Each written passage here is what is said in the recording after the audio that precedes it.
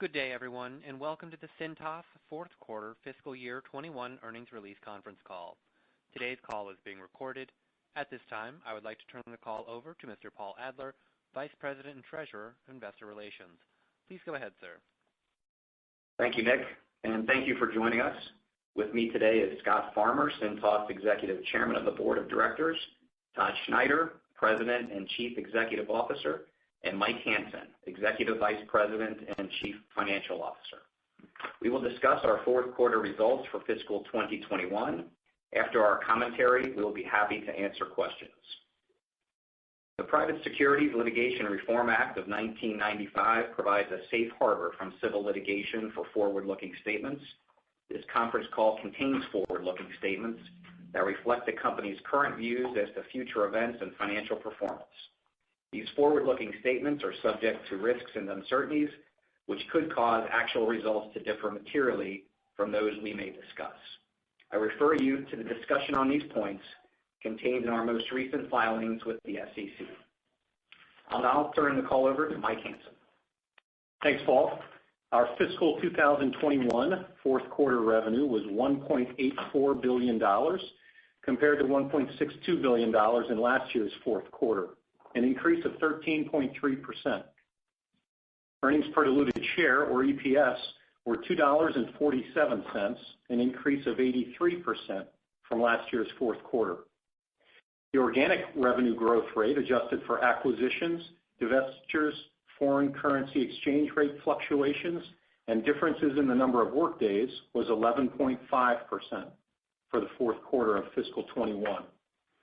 Organic revenue for the Uniform Rental and Facility Services operating segment was 13.7%. Organic revenue for the First Aid and Safety Services operating segment declined 6.8%. Gross margin for the fourth quarter of fiscal 21 was $859.1 million, compared to $707.8 million in last year's fourth quarter. Gross margin as a percent of revenue increased 310 basis points to 46.8% for the fourth quarter of fiscal 21, compared to 43.7% in the fourth quarter of fiscal 20.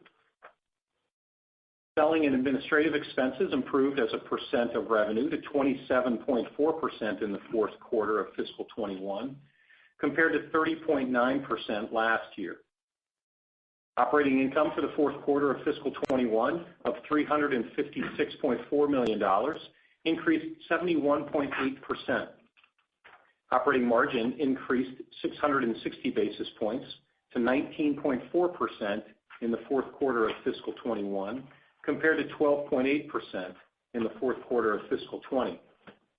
Fiscal 20 fourth quarter operating income was affected by many items caused by COVID-19, including additional reserves on accounts receivable and inventory, severance and asset impairment expenses, and lower incentive compensation expense.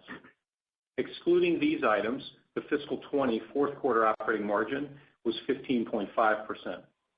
All of these items were recorded in last year's selling and administrative expenses. Our effective tax rate for the fourth quarter of fiscal 21 was 19.4%, compared to 20.4% last year. The tax rate can move from period to period based on discrete events, including the impact of stock compensation. Net income for the fourth quarter of fiscal 21 was $267.7 million, an increase of 85.2%. EPS was $2.47, an increase of 83% from last year's fourth quarter. Our balance sheet and cash flow remain strong. Our leverage calculation for our credit facility definition was 1.5 times debt to EBITDA at May 31st, 2021. On June 1st, 2021, $250 million of debt bearing an interest rate of 4.3% matured and was repaid with cash on hand.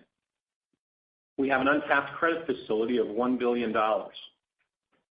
During the fourth quarter of fiscal 21 and our first quarter of fiscal 22 to date, we purchased $979 million of Cintas common stock under our buyback program. On June 15, 2021, Cintas paid shareholders $79.2 million in quarterly dividends. For the fiscal year ended May 31st, 2021, revenue was $7.12 billion compared to $7.09 billion for fiscal 20. EPS for fiscal 21 were $10.24 compared to $8.11 for last fiscal year. Revenue and adjusted EPS have grown 50 of the past 52 years. Fiscal 21 free cash flow, which is defined as net cash provided by operating activities less capital expenditures, was $1.22 billion, an increase of 14.7% compared to last year. For our fiscal 22, we expect our revenue to be in the range of $7.53 billion to $7.63 billion, and diluted EPS to be in the range of $10.35 to $10.75. Please note the following regarding our guidance. Our fiscal 22 effective tax rate is expected to be in the range of 19.5% to 20.5%, compared to a rate of 13.7% in fiscal 21. The higher effective tax rate negatively impacts fiscal 22 EPS guidance by about 85 cents and EPS growth by about 800 basis points. Guidance does not include any future share buybacks or potential tax reform. We remain in a dynamic environment that can continue to change. Our guidance contemplates a steadily improving economy absent any economic or pandemic-related setbacks. For financial modeling purposes, please note that there are no workday differences when comparing fiscal 22 to 21. Both fiscal years contain 66 days in the first quarter, 65 in the second, 64 in the third, and 66 in the fourth quarter. I'll now turn the call to Paul for commentary on the performance of each of our businesses. Thanks, Mike. The Uniform Rental and Facility Services operating segment includes the rental and servicing of uniforms, healthcare scrubs, mats, and towels, and the provision of restroom supplies and other facility products and services. The segment also includes the sale of items from our catalogs to our customers on route. Uniform Rental and Facility Services revenue was $1.47 billion compared to $1.27 billion last year. Our Uniform Rental and Facility Services segment gross margin increased 410 basis points to 47.7% for the fourth quarter compared to 43.6% in last year's fourth quarter, driven in large part by lower production and service expense as a percent of revenue. While some inflationary pressures increased certain costs, these were more than offset by increased revenue from businesses reopening or increasing capacity as COVID-19 case counts fell and restrictions on businesses were reduced.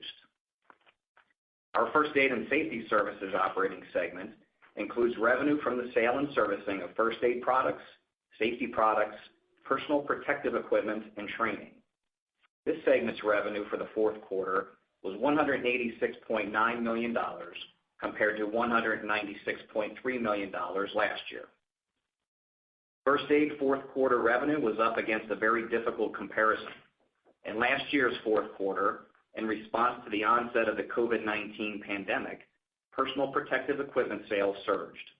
Also, the First Aid cabinet service business was not impacted until late in last year's fourth quarter when business restrictions became widespread. As a result, the division posted a 21.9% organic revenue growth rate in last year's fourth quarter. The First Aid segment gross margin was 43.0% in the fourth quarter of this fiscal year compared to 46.1% last year. The difference in gross margins is due to revenue mix. As we guided last quarter, less personal protective equipment was sold in the fourth quarter than in the third quarter. However, as a percentage of total division revenue, personal protective equipment revenue was still a significant percentage. While profitable, personal protective equipment revenue has lower gross margins than the First Aid cabinet servicing business. We expect gross margins to improve sequentially as the cabinet servicing business continues to grow and gets closer to the pre-COVID percent of total division revenue. Our fire protection services and uniform direct sale businesses are reported in the all other category. All other revenue was $181.9 million compared to $152.3 million last year. The fire business organic revenue increased 22.4%. Gross margin improved 70 basis points. Uniform direct sale business organic revenue growth rate was 6.2%, and gross margin increased 280 basis points. I'll now turn the call over to Todd for our final prepared remarks. Thanks, Paul. We are pleased with our fourth quarter financial results. They conclude a fiscal year of significant accomplishments, including the following. We help keep our customers' place of business clean, safe, and ready for the workday by providing essential products and services. We procured hard-to-find and potentially life-saving items such as face masks and gloves, provided hygienically clean healthcare scrubs and isolation gowns, and developed services including hand sanitizer dispensing, sanitizing spray services, and disinfecting wipes. Our Net Promoter Scores reached an all-time high because we consistently delivered for our customers by providing needed products and services and being flexible with service agreement terms during the pandemic. We were again named to the prestigious Fortune 500, climbing 31 spots to rank at number 410 on the 2021 list. It's an honor to be recognized among the most successful and respected companies. We allocated capital to improve shareholder return. We paid down debt, reducing interest expense. We increased the annual dividend 10.2% and changed from an annual dividend to a quarterly dividend to return cash to shareholders more timely. We've increased the dividend 37 consecutive years. Also in fiscal 2021 and up until today, we repurchased 2.7 million shares of Cintas stock for a total of $979 million. As part of our steadfast commitment to corporate responsibility, we issued our inaugural Environmental, Social, and Governance, or ESG, report. We are committed to protecting the environment, enhancing humanity, and supporting the communities where we do business. And in addition to these many accomplishments, and despite the unprecedented challenges of the COVID-19 pandemic, we grew our fiscal year revenue and adjusted EPS. I can't thank our employee partners enough, and I am so proud of their truly impressive achievements. The Cintas story is one of growth. We've grown revenue and adjusted EPS in 50 of the past 52 years. The only exceptions were the Great Recession years. Our successful long-term financial formula is organic revenue growth in the mid to high single digits, double-digit earnings per share growth, significant cash generation, and prudent deployment of excess cash to further generate strong shareholder returns.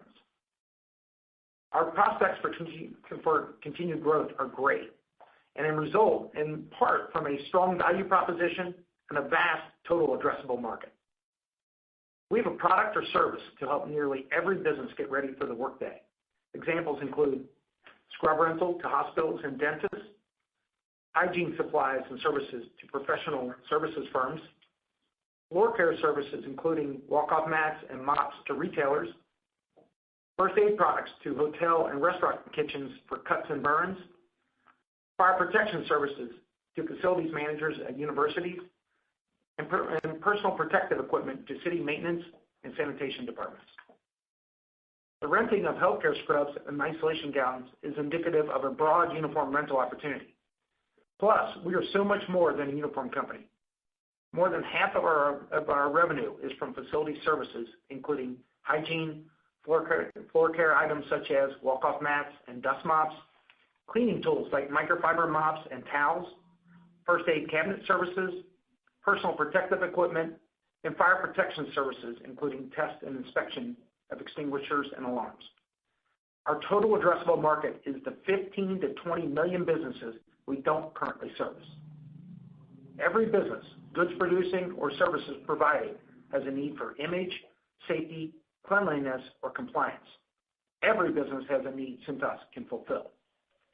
Additionally, the COVID-19 pandemic ushered in a greater focus on health, readiness, and outsourcing of non-core activities.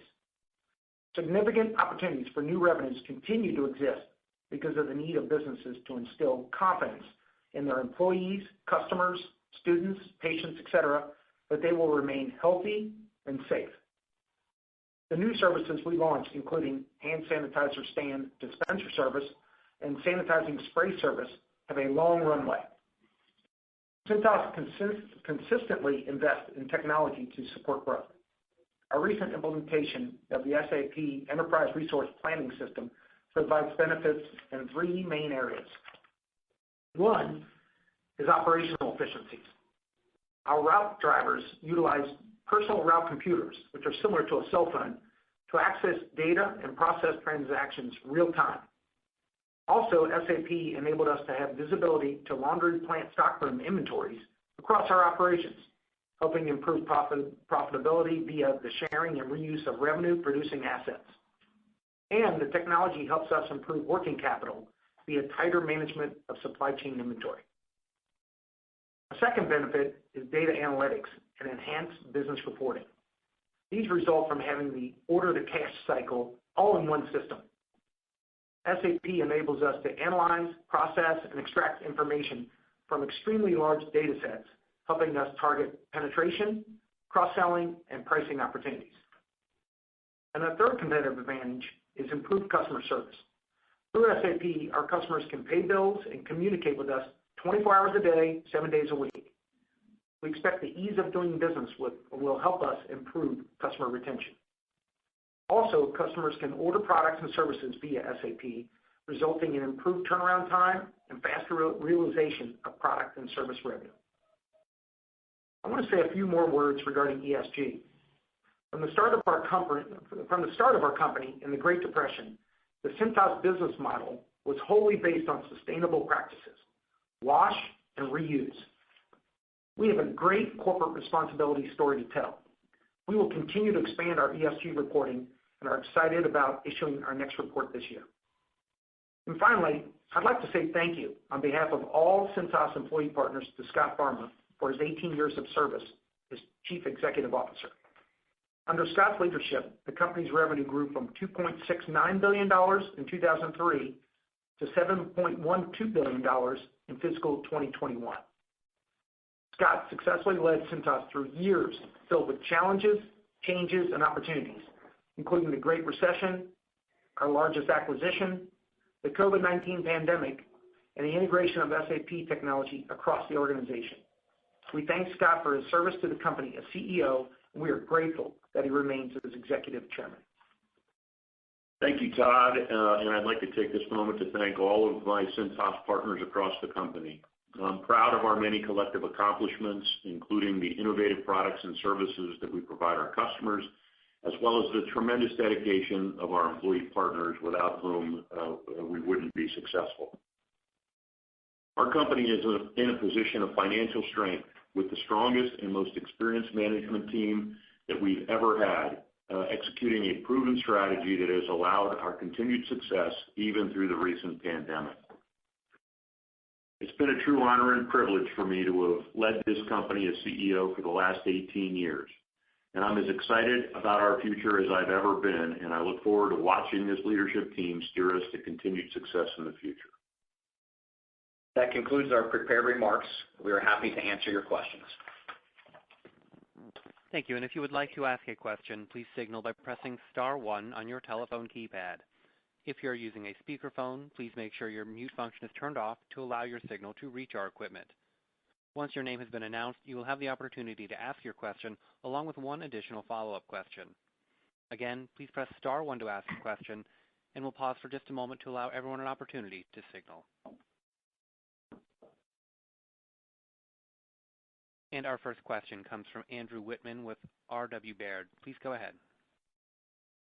Great, and thanks for taking my question. Scott, congratulations on a great run. It's been a pleasure, and we look forward to still having you associated maybe when we come to Cincinnati next time. You bet. Thank you. Yeah, so I guess getting on to business here a little bit, and maybe this is for Mike. There's been a lot of focus on inflationary factors, and what I heard here on your prepared remarks and in your release was that it sounds like you're getting good operating leverage, but I was just hoping you could drill in and talk about some of the key factors you've talked about in the past. Certainly labor is one that's come up a lot broadly across the street. You've talked about some other things like healthcare, travel, and others are mentioning merchandise costs. I was just wondering if you could talk about some of those key buckets and talk about the offsets that you have baked into guidance, because it looks like your margin guidance is flat to up slightly. And so I was just kind of hoping you could talk about some of the moving pieces inside of that as to why you feel like you can offset some of these headwinds that might be creeping in. Sure. I'll begin, and certainly Todd can jump in. But as it relates to guidance, you're right, Andrew. The implied margins would be at the low end of the guidance, flattish to at the high end, up around 70 basis points. So a pretty good range. And you've heard us talk a lot about we've made some really great progress. We made some difficult decisions and through this pandemic, and it'd be a shame to go backwards in this. And this guidance is suggesting that we don't intend to.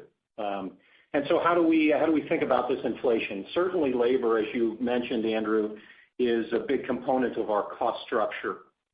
And the really good news for us is we've been working on the labor rates for some time. So this isn't something that is catching us by surprise.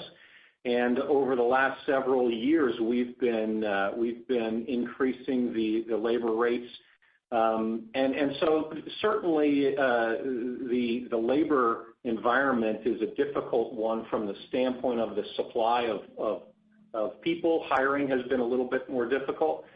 But we don't expect that the increasing wages around us is really going to be a significant issue. We've been working on that for years and don't expect that to really be that difficult for us as we move into the future. And I would add that includes last fiscal year. We raised the wage rates of all of our hourly people in our distribution centers, offices, production, all of our service, frontline service personnel. So we don't have a big catch-up as a result of that. I know there are other businesses out there that froze wages in the pandemic, and because it was a year, they might have a catch-up to make, and we don't have that. I'm happy to say that. But I don't think that so far we've seen issues where the labor rates are going to cause us significant problems. But we're more concerned about what happens to our customers as a result of this, and so we'll be watching that very closely. Andrew, this is Todd. It's a great question. We're in a good staffing position. We like where we are there. We like the fact that we've been addressing this subject over the course of a number of years. And as Scott pointed out appropriately, even in the peak of the pandemic last year, we were committed to staying the course and doing the right things and taking care of our hourly partners because we knew that we could see things coming, right? And we're committed to it. So that's important to us. Certainly, other input costs are cost of goods, and our supply chain team is working harder than ever, and they're doing a great job in managing through that process to get us the goods that we need to make sure we're servicing our customers, which are doing a great job at, and to manage our cost structure from that standpoint. And but we like the spot we're in, and we anticipate getting hopefully some leverage on the additional revenue that we bring in. We've done such a great job and took such a big jump forward from fiscal 20 to fiscal 21 that, as Mike stated, it would be a shame to go backwards, and we're focused on going forward.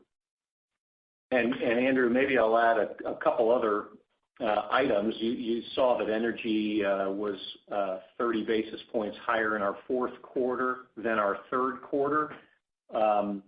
about 40 basis points year over year. We've built that kind of increase into our guidance, and certainly there is room within our guidance for larger increases than that, but something that we'll keep our eye on. We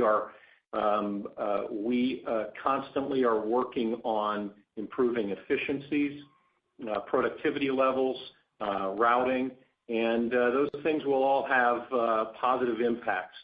From a material cost standpoint, the good news is many of our rental items are amortized. So when we see increases in costs, they generally tend to take a long time to make it to our P&L, and they have to last for a while so that they bleed in over time. And so obviously we've got a great global supply chain Todd talked about, and they adapt. And so when we see inflationary pressures, we look for opportunities to adapt to that new environment. And I think over the course of the last year, we've talked a lot about our supply chain. They've done a great job, and we anticipate that they'll continue to do a very good job. Now, having said that, there are a lot of challenges in the supply chain and in hiring that we've talked about, and we're not immune to inflationary pressures. They are all built into our guidance, but the other thing is we haven't increased our pricing for 2 years, right? And but we certainly believe that is an opportunity for us as we move into this new fiscal year. We have selectively started to do that in some areas. Pricing is local for us. It's customer by customer decision, and where we believe it makes sense, we will do that. And so that is certainly something that is available to us when we believe that the cost pressure is warranted. Again, all of that is built into our guidance, which assumes not just keeping the great leap forward that we made in fiscal 21, but even continuing to improve upon. That's really helpful. Thank you. My one follow-up is just trying to get a sense of the reopening benefits that you're getting or expecting on a sequential basis. How much is left after the May quarter and into June? Is there still businesses that are closed for you or substantially closed where the revenues are so de minimis that they might as well be considered closed? Or on a sequential basis, are you starting to feel like things are fairly normal here, June, July time period? Thank you. So, Andrew, Mike talked about pricing being a local subject. Reopening is a local subject as well. But for the most part, most businesses are back. Certainly, Canada has been a little slower to come back because of vaccination rates and government impacts there. But nevertheless, in general, most businesses are back. Now, are they back at the levels that we think they will be in the future? No. And we're committed to helping them with our valuable products and services to help them be prepared as their employees come back and their customers come back, so they can compete in the marketplace. So hopefully that helps. Yeah, I would add. This is Scott. I would add that we think that Canada will be in the position that the U.S. is sometime the end of the summer with reopenings, but they're on a steady pace heading in that direction. The biggest issue that we have is that businesses are open, but there are about 7 million fewer people employed right now than there were pre-pandemic. And so there's a lot of room there. And I think as federal unemployment benefits subside in September, we hope to see that our customers that are open will be able to get themselves back to full staffing, and that'll obviously benefit our business. Thank you. Moving on to our next question, we'll go to Manav Patnaik with Barclays Capital. Please go ahead. Thank you. Good morning, guys. So I was just hoping you would help us with the kind of cadence of organic growth by segment. There's still obviously a lot of uncertainty potentially out there. So thank you for giving full year guidance. But I was just hoping if there's anything to call out in terms of modeling, the growth rates of the segments. Yeah, Manav, this is Todd. I think you've seen through our guidance, we expect a range of 5.8 to 7.2 from a growth rate.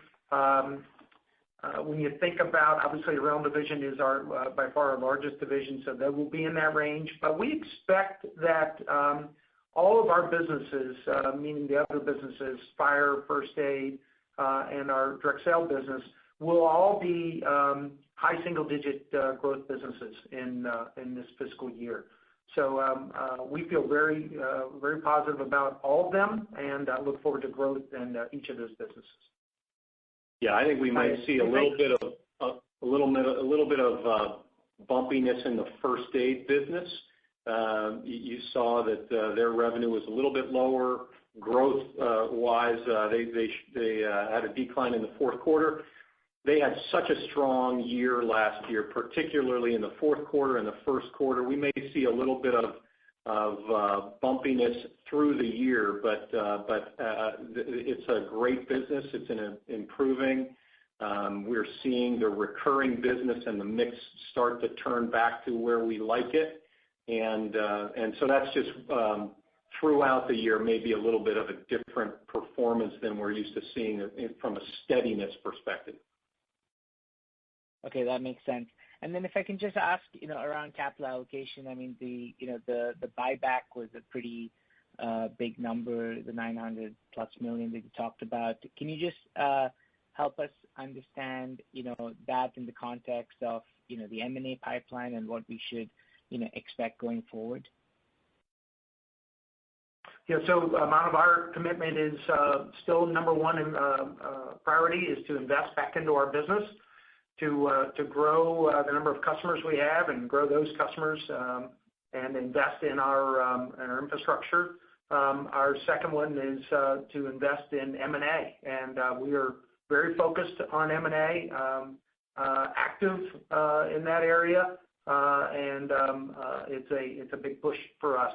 And then third, if there is, consistent with what our approach has been in the past, if there is a capital that is in excess of that, then we'll return it back to the shareholders in the form of increase in dividend and repurchase of the stock as appropriate. Yeah, Manav, this is Paul, and I was just wanted to add that, we're so fortunate to have such a strong balance sheet. The cash flow is so strong. We did that buyback, and our leverage is 1.5 times, as we mentioned in the script. So fortunate to be in a position where what we do with the dividend and the buybacks doesn't preclude us from M&A or any other activities because of the strength of the balance sheet. All right, thank you. Thank you. And our next question comes from Andrew Steinerman with J.P. Morgan Securities. Please go ahead. Hi. When you frame fiscal 22 revenue growth, could you just talk about, some verticals here? Which verticals do you think will be above the average growth of the guide, and which verticals might take longer to rebound, or maybe they're just kind of slower growth verticals? So Andrew, this is Todd. As we look at the business, certainly the hospitality business is, you read about it in the papers, right? You hear about bookings, whether it's airlines or hotels, et cetera. That is a vertical that we think will be quite positive this year. The healthcare vertical is going to continue to be strong for us. Hospitals are catching up on voluntary type of procedures, which is helping that. And we have a very attractive value proposition in both of those areas as well. Education, government are both, we expect to be quite strong for us. There was the mix of business I think you will see will be different in those areas, less PPE and more focused on more of a traditional type of approach that we've had in the past. But those key verticals are all positioned well, and if you think of them all, they're all positioned quite well. Hospitality probably the best. Mm-hmm. And are there any slower growth verticals, or really is a rising tide here? Yeah, I would say none come to mind where I would say slower type of growth. It's just we're kind of a rising tide is the best way to put it. Great, thank you. Thank you. And our next question comes from Hamzah Mazari with Jefferies. Please go ahead. Hey, good morning. This is actually Ryan Gunning filling in for Hamzah. My first question just around the fire protection business, and if you could just talk about the competitive dynamics there and any opportunity for larger scale M&A in that business, kind of similar to what you did with Z Medical on the first aid side. Yeah, Ryan, this is Todd. We like our position in the fire business. We really like the fire business. We understand how to go to market and how to make attractive margins in that business, and we're investing. We're investing in M&A. We're investing in infrastructure to make sure that we're able to service all of our customers. And we have a national offering in that business, some via subcontracting, but nevertheless a very attractive national approach. And we're positioned well. How we, our culture, our infrastructure, how we execute puts us in a good spot. And there's good momentum in that business. There was, you think about it, right? It's all legally you have to have those products and those services. But nevertheless, there was some pent-up demand in it from repairs, right? So if you think about, someone comes through and looks at your fire equipment, and there's some items that need to be repaired. During a pandemic, people weren't so anxious to spend money on those types of subjects, and but as we're coming out of it, we're busy. We're busy in that area for many reasons, but one of which is some pent-up demand on repair, which is great business for us. Got it. Thanks. That's helpful. And then switching over, could you provide any kind of visibility on like how much of your sales you consider today as pandemic, like non-recurring versus recurring, and how you kind of define that? Yeah, great question. So when you think about, let's call it PPE items that were really pandemic related, they are still at levels elevated from pre-pandemic, but we do not expect them to repeat at the levels that they were in fiscal 21. So if you think about our guidance, we think we would be with the PPE that doesn't repeat. If it does repeat, then we would be in the on the high end above 8% from a internal growth rate. So think about it that way, about how much will not be repeating that we don't expect to repeat, which kind of demonstrates the mix of business is got to be back much closer to traditional, and there's some real good momentum there to get to the growth rates that we've guided towards. Got it. Thank you very much. Thank you. And our next question comes from George Tong with Goldman Sachs. Please go ahead. Hi, thanks. Good morning. In the uniform rental segment, can you talk a bit about sales rep productivity trends and how the pipeline is performing, especially moving through the quarter and entering fiscal 2022? George, I'm glad you asked about that. I have been so impressed by our sales organization, the creativity, the flexibility, the urgency, the intensity about which they go about their jobs, and how they have adapted to a crazy environment. And we try to work very hard to position them with great products and services so that people very much want to take their calls. And so we like where that's heading. The mix of business is obviously changing, but it's getting back to much more traditional, George. And but there is a strong audience for our sales partners and them and whom they're calling on. Partly because there was some items that when people were going through the pandemic, they said, hey, I can't make a decision on uniforms right now, but I need some critical products to help my business run. We provided those critical products and services, and it's positioned us now that it's closer to businesses getting back to normal, where they say, okay, now I'm ready to talk about those types of items. So all that is positive for us. As we went through it, folks didn't realize that we had all the products and services that we do. So that opened some doors, and we're continuing to operate in those doors to help improve our business. Yeah, that's very helpful. And then switching gears to healthcare and hygiene, those are very strong categories over the past year. Can you describe what kind of performance you're expecting structurally from those healthcare and hygiene categories, not just in fiscal 2022, but really looking forward? And then diving into PPE, you talked a little bit about normalization there in first aid mix, going back to pre-COVID levels over time, which has higher margins. Just talk a little bit about that evolving mix as well and the implications for growth and profitability. Yes, George, I'll start, and if Mike, Scott, Paul want to jump in. We've spoken in the past about hygiene, cleanliness, all those subjects that the pandemic has done for those subjects what 9/11 did to security 20 years ago.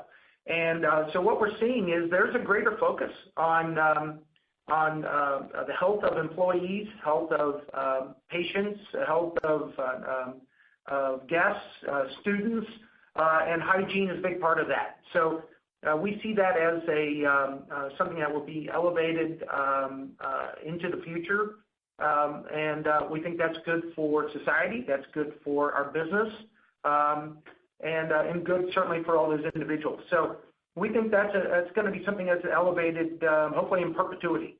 As far as PPE normalization, there was a breakneck pace to get PPE last year because folks couldn't keep their doors open, in certain cases couldn't work. So there was some real peaks last year. That is certainly less we expect this year. The variants, the Delta variant, I think brings a bit of a wild card into that, which we're not going to try to predict. But nevertheless, as you see, as we go throughout the year, you will see much more normalization. You'll see more people using our traditional cabinets, first aid products, hands and cabinets, as we say, and PPE will be more moderate. Now, just keep in mind, we've always been in the PPE business. We've always provided these products and services. It's just they were elevated. We will continue to offer them, but as more people get back to work in offices, in machine shops, in government and education, there will be more people that will be consuming, from a first aid standpoint, our traditional types of bandages and tablets, et cetera. So hopefully that gives you a little color. And George, this is Paul. I just wanted to, you mentioned first aid specifically too, so I just wanted to make sure we provided enough clarity there. That business, as Mike said, alluded to, it's in a transition period where, to Todd's point, so much PPE was provided. We seized the opportunity to come through for our customers and provide thermometers and masks and visors, et cetera. So it's an outsized, percent of the revenue. That will transition, as we've been talking about the last couple of quarters. What I want to make sure everybody understands is that first aid business is getting back to that more reoccurring revenue stream with that cabinet service business, which we are very excited about. And to think about a 9% or a high single digit type of a growth rate for first aid in fiscal 22. That's coming off a huge growth rate with a lot of PPE. So still a strong performance. And what I want to make sure people don't miss is that in order to drive a high single-digit growth rate in 22 with PPE declining, that cabinet service business is growing very strongly. And what that will do then is improve the margins going forward for the first aid business in fiscal 22. We probably won't get back, all the way to pre-COVID levels in terms of margins in first aid, because just like many of our businesses, it's a lot of small transactions. There's some momentum that has to build, but definitely the margins will continue to improve through the year as we get back to servicing those cabinets. Got it. Very helpful. Thank you. Thank you. Our next question will come from Toni Kaplan with Morgan Stanley. Please go ahead. Thank you. I know you talked about the margin guidance earlier in the call and addressed the inflation impacts, but wanted to see if you could provide maybe some additional detail around which business lines you're expecting to see the most strength from a margin perspective. Well, Tony, I would say, we expect all of our businesses to perform very, very well. And in order for us to be able to guide in the way that we did from about flattish to up 70 basis points, we're going to need good performance out of all of our businesses. And that translates into very good incremental margins, especially in our rental business. It certainly, as Paul just described, it means that we're going to see some nice improvement in our first aid margins as we see a bit of a mix shift. We expect continued good performance in our fire business as I think we mentioned 22% organic growth in the fourth quarter. We've got some great momentum, and we'll get some nice leverage as we move into the year. And then certainly our direct sale business, those margins I would expect from a percentage standpoint to really increase nicely as we see the revenue start to come back. That will allow us to get a little bit more efficient and certainly be able to leverage our infrastructure in that business. So we're looking for good margin performance in all of our businesses, all contributing to that guidance range margin improvement and all contributing to real healthy 20 to 30% incremental margins. Tony, obviously we're guiding towards all of our businesses growing, incremental margins 20 to 30%. But when you think about it, obviously the mix is going to change in all those businesses. And each of them sold, with the exception of fire, there was some PPE. And so we'll get back to more traditional type of mix. And that and the leverage on the additional revenue is going to help us. That's great. And in your prepared remarks, you mentioned the 15 to 20 million businesses that you don't currently service. Could you just talk about the recent industry outsourcing trends? Have you seen that accelerate or flat? And how do you go about reaching out to those businesses? Is that an initiative, a big opportunity for you, any more so than historically? Just how should we think about the opportunity? Yes, Tony, the outsourcing trends continue. That has been positive. In addition, the focus on bringing manufacturing back to the United States and Canada, we think will be a positive. That's obviously in the early innings. But both of those we think will be positives for our business. As far as reaching out, we have a significant investment in our infrastructure. And part of that infrastructure is in our route base, and part of that is in our sales organization. So that's a significant investment. You've probably also seen, I hope you've seen some of our investment in mass media that we're leveraging, because we think it can pay dividends for that infrastructure. And the number one thing we hear from customers and prospects, frankly, is, hey, I didn't know you did that. when that is a product or a service that they didn't realize that we provided. So we're trying to leverage that and get the message out and to give a little air cover to our infrastructure. Thank you. Thank you. Our next question comes from Tim Mulrooney with William Blair. Please go ahead. Good morning, guys. I wanted to check in on the healthcare opportunity, which I know has gotten a lot of attention on recent calls. We haven't talked about it a lot yet today. You previously stated that I think that the vertical could expand from kind of 7% of sales today towards potentially 10% of sales over the next several years. But I know things are changing rapidly these days. So with another 3 months under your belt, I'm curious if those expectations have changed at all in either direction. Tim, this is Todd. I'll start. We don't see momentum slowing down in that area. Again, hospitals are getting a little bit back to more normal operation, how they run their business. And our value proposition resonates with them. We've talked often about the various products and services that we provide, scrubs being a big one, isolation gowns, but also cleaning products to help them provide a healthy environment. There's a whole lot more focus on health and welfare now. Obviously, in the healthcare business, because of what they do for a living, there's always been a major focus on providing an environment that allowed for high patient satisfaction. That was not only in health, but also in image.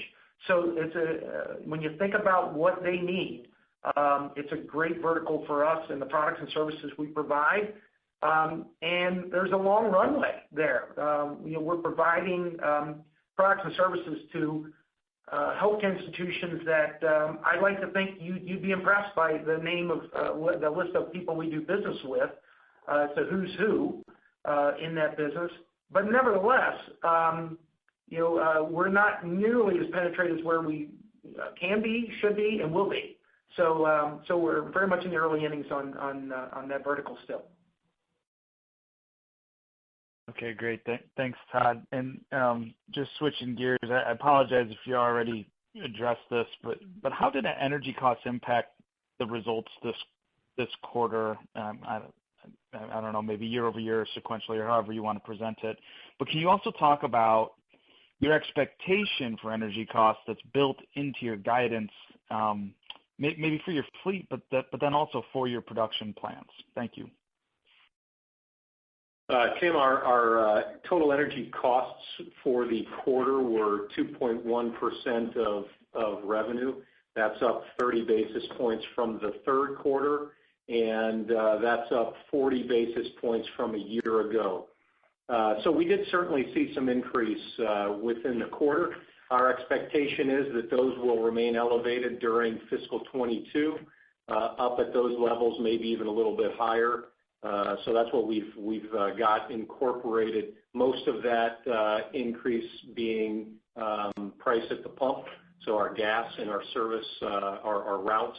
So that's what we've got in the guidance. Great. Thank you. Thank you. And our next question comes from Gary Bisbee with Bank of America Securities. Please go ahead. Hi, guys. Good morning. I guess on revenue, at first, one clarification, one question. I just wanted to clarify. So high single digit for first aid, I heard that, and then I heard some discussion of the tough comps, and I think the term bumpiness. Is high single digit the right number for the year, but maybe declines in the near term as you get through the toughest period of comps is not out of the question? Is that a fair statement on that business? And the question then on revenue, on the rentals business, right, the long-term growth rate's been sort of in line with this guidance. You've got easy comps. You've had sequential improvement throughout last year. The fourth quarter had quite strong growth. And I guess I wonder why you wouldn't be positioned to grow faster than the historical long-term trend given those factors in this year. Did the hygiene business within rentals have an outsized benefit from PP&E that rolls off, and is that a drag, or are there other factors, beyond just your normal conservatism that might be weighing on that business? Thank you. So, Gary, as far as the first aid, yeah, think about it as high single digits for the year. As Mike stated, Q4 last year, Q4 of 20 was a huge growth rate for the first aid business, as was Q1. So the comp from right now, we're really big. So as the year goes on, the PPE comp will lessen, and as a result, our growth rates will be better in that business. So the bumpiness that Mike spoke about is simply the PPE comps in the early portions of this fiscal year versus last. As far as the rental, as we've mentioned in the past, there's PPE in our results from last year in rental as well. And again, just going back to our total guidance, if the PPE would repeat, that we do not believe it will this year, then you'd be into the number would start with an 8 as far as internal growth. So how far into the 8s, I really don't know, but nevertheless, we'd be picking up a heck of a lot of basis points in growth if that PPE repeated. So it's a headwind. We're proud that we provided the product to our customers. Our customers really valued it. It opened doors. Excuse the pun, but it kept their doors open in many cases, and our Net Promoter Scores reflect it. So they were very appreciative that we were able to provide those products and services. If they need them again, we'll provide them. We just don't think that they'll be at the levels that they were in the past. Thank you. And then the quick follow-up. In the past, Mike, I think you've provided the breakdown of the rentals business revenue in the fourth quarter by the various subsegments. I wonder if you'd be willing to do that again this year. Yeah, Gary, it's Paul, and we do. Yeah, Gary, we have that information for you. Excuse me, and I would preface it by saying, first of all, what we provided typically is a Q4 sample, Q4 fiscal 21 versus fiscal 20. Obviously, there's a lot of noise in these figures. Excuse me, in that it's an unprecedented time. Fiscal 20's fourth quarter was the onset of the pandemic, so a lot of job losses, a lot of pandemic-driven demand, as Todd just said, for certain items of PPE. So wanted to throw that out there first. But last year's fourth quarter, so fiscal 20 Q4, uniform rental was 50% of the segment mix. Dust, which is the walk-off mats, mops, that was 18% of the mix. Hygiene products, those are the soaps, the air fresheners, sanitizing dispensers, et cetera. That's 14% last year. Shop towels were 4%, linens 10%, and the catalog business, which is more of like the small direct sale component of the rental business, products off of the route from the drivers, that was 4%. So then this year's mix, uniform rental 48%, dust 17%, hygiene 17%, shop towels 4%, linens 9%, and catalog 5%. So again, obviously, COVID impacted results, not necessarily reflective of future performance, but with this breakout, you can obviously see how strongly hygiene performed. Typically, like in the Q4 fiscal 20, that was mostly restroom type items, soaps and air fresheners, the paper. But in this Q4 21, that hygiene percentage grew greater, driven by the sanitizer dispensers, the stands, the sanitizing sprays, et cetera. And then that catalog nudged up a little bit from 4% to 5%, and that's where a lot of the PPE in the uniform rental and facility services business that we've talked about is recorded. The masks, gloves, those types of items. Thank you. Thank you. And our next question comes from Scott Schneeberger with Oppenheimer. Please go ahead. Thanks very much. For my first one, I just wanted to follow up on the M&A comments earlier. It sounded like you have a very active pipeline that you're pursuing. I'm just curious if you could elaborate a little bit on what areas you may be pursuing and size of targets and how ripe things are, and then maybe what you're seeing with regard to multiples, good or bad, in the environment. Thanks. Scott, I'll say each of our businesses were acquisitive,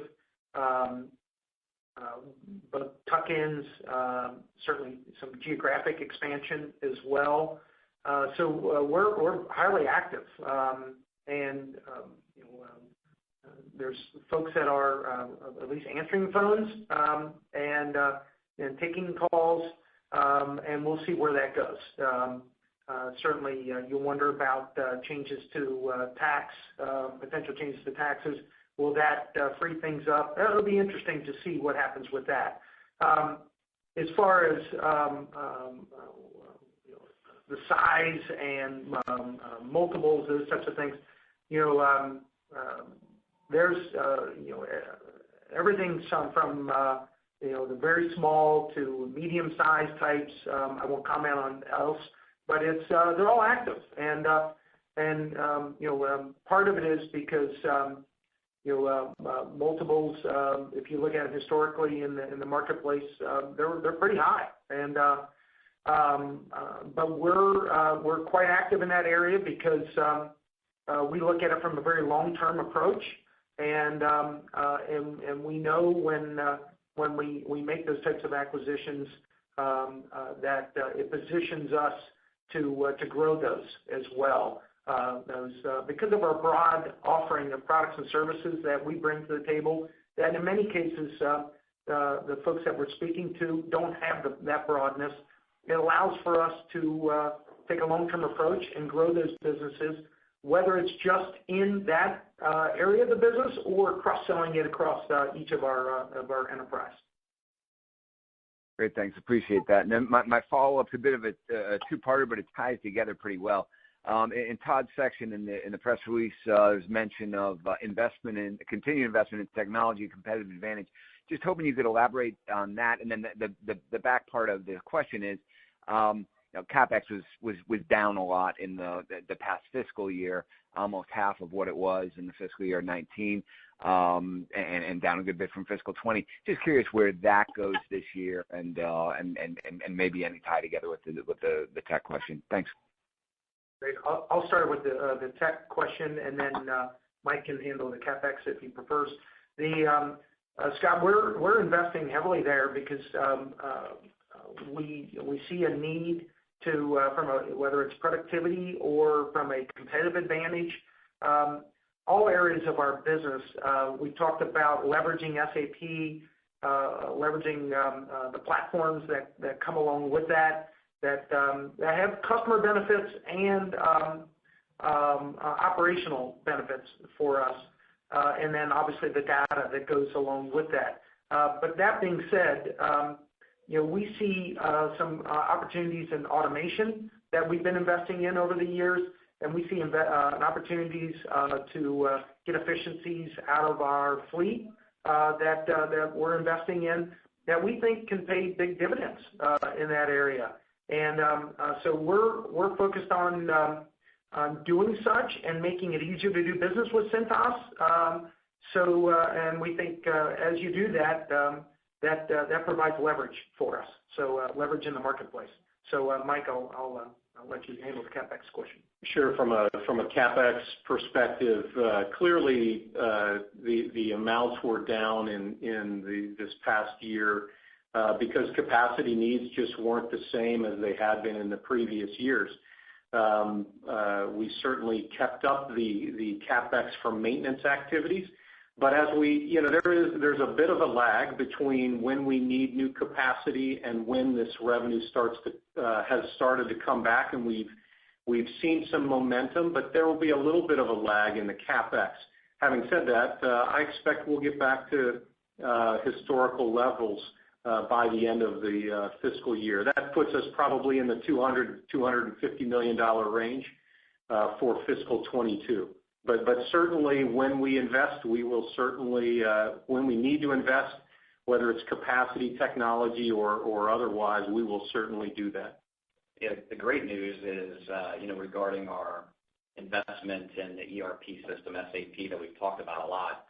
I mean, a lot of that spending and that some of the major expenses behind us. And, it took us a while to roll it out and get the entire network into SAP. We had the G&K acquisition that added more locations and kind of slowed down the time to complete it. Then we had the pandemic.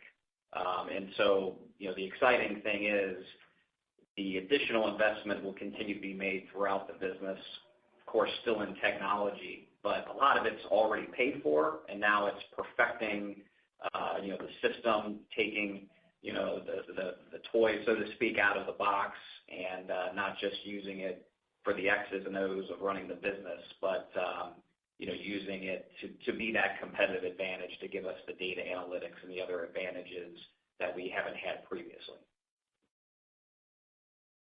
Great. Thanks so much. Thank you. And our final question today comes from Kevin McVeigh with Credit Suisse. Please go ahead. Hey, guys. This is actually Brian on for Kevin. Thanks for squeezing us in here. Thanks for the commentary kind of around the color sort of on the reopening, and, you don't expect not all customers are quite back yet. So just drilling into that a little bit, how should we think about, sort of what percentage of clients are, still inactive versus maybe, kind of how that compares to, out of businesses or, attrition that we would see, just to kind of frame that in, and, any sort of commentary around how that shakes out geographically, either geographically or by vertical here in the U.S. So, Brian, I don't have a specific number for you, but just generally speaking, I'd say most businesses are back to some degree, not certainly back to full bore. We mentioned Canada specifically as an outlier, which we expect, let's just say by August, September, to be back much closer to normal. But one of the big issues is there's 7 million people less working today than there were a year ago or so. Of those 7 million people, I don't know how many of them are Cintas wearers or will be, but there's a percentage of them. And we want those to certainly see those folks get back to work, and whether they're wearing uniforms or utilizing our first aid products and services, all that impacts us. So, for the most part, businesses are back. They're certainly not anywhere near where we think they will be over time. Got it. Okay. And then last one here for us. You guys talked about continuing to expand on ESG reporting, and certainly what we've noticed is the ESG scores tend to focus on the internal operations, but we'd be curious if you could just touch on maybe how you guys help your customers achieve their ESG goals. Thanks. Yeah, Brian, great question.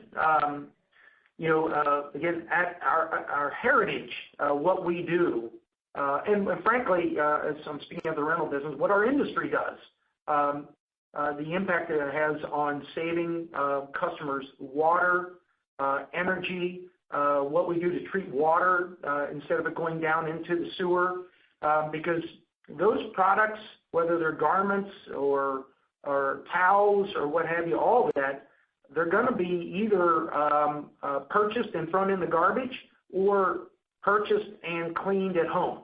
And in both cases, we are helping substantially those folks, helping the environment and helping to save landfill space, helping to save water, energy, and the cleanliness of water as well. And I don't think we've told the story well enough in the past, because at our heritage, we are a wash and reuse business. And again, without our industry, there would be millions of more gallons and units of energy and et cetera that would utilize, because they're going to be either thrown in the landfill or laundered somehow, and we know that we are infinitely more efficient at laundering those products than they would be at home or in another type of setting. I might add also that when you think about our first aid and safety and fire businesses, the purpose of those businesses are to keep our customers' employees safe and healthy, and so it's a little bit of a different ESG angle than what Todd was talking about, but from an employee perspective, our goals are to help our customers really achieve the safety and the health of their employees. So we're looking out for them from that S perspective of the ESG as well.